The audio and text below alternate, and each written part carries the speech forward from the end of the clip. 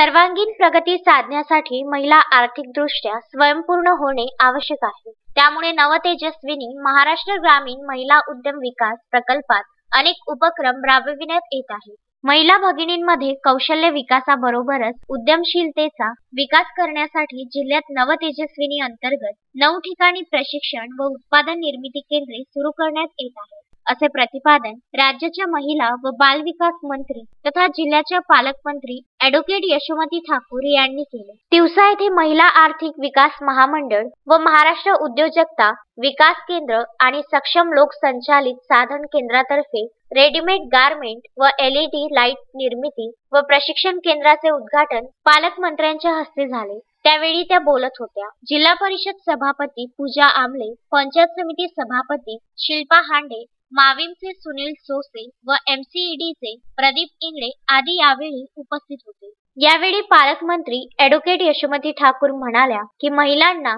प्रगती साधण्यासाठी आर्थिकदृष्ट्या स्वयंपूर्ण होणे आवश्यक आहे.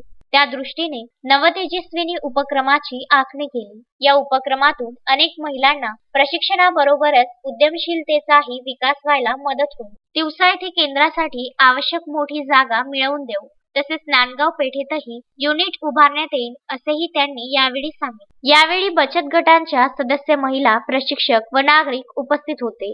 Vidarbha news bureau, Amravati.